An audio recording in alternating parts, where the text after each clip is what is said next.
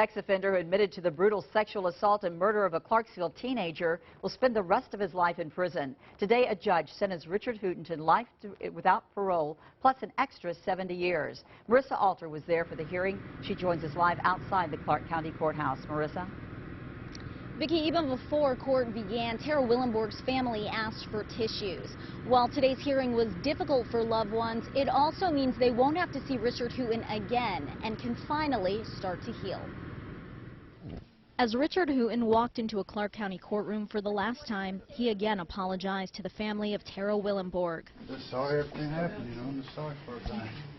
Inside, Hooten made no statements before he was sentenced to life for the rape and murder of Willenborg. She was attacked inside her apartment in March of last year, just days before her 18th birthday. 17-year-old girl who had the rest of her life and all her dreams ahead of her. That was needlessly taken away by Mr. Hooten. Prosecutor Steve Stewart initially sought the death penalty, but Hooten avoided it by pleading guilty in March. The plea deal came at the request of Willenborg's family, who didn't want to endure a public trial and years' worth of appeals. They're the ones that had the great loss, and I think this outcome and their wishes for this outcome was the right thing to do. At sentencing, Willenborg's older brother read a statement calling his sister a beautiful girl who loved life.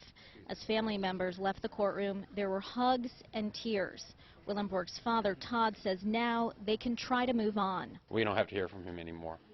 That's the important part. Hooten not only confessed to police shortly after his arrest, but also held a news conference where an emotionless Hooten detailed how he raped and strangled her. I just lost it in my head.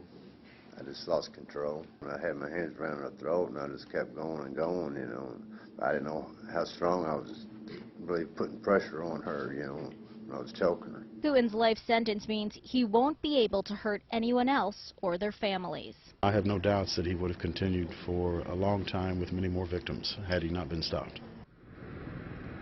Now, prosecutor Steve Stewart says there are only 108 people in Indiana serving a life without parole sentence, so today's sentence being handed down is not something that happens every day. Reporting live outside the Clark County Courthouse, I'm Marissa Alter, WLKY News.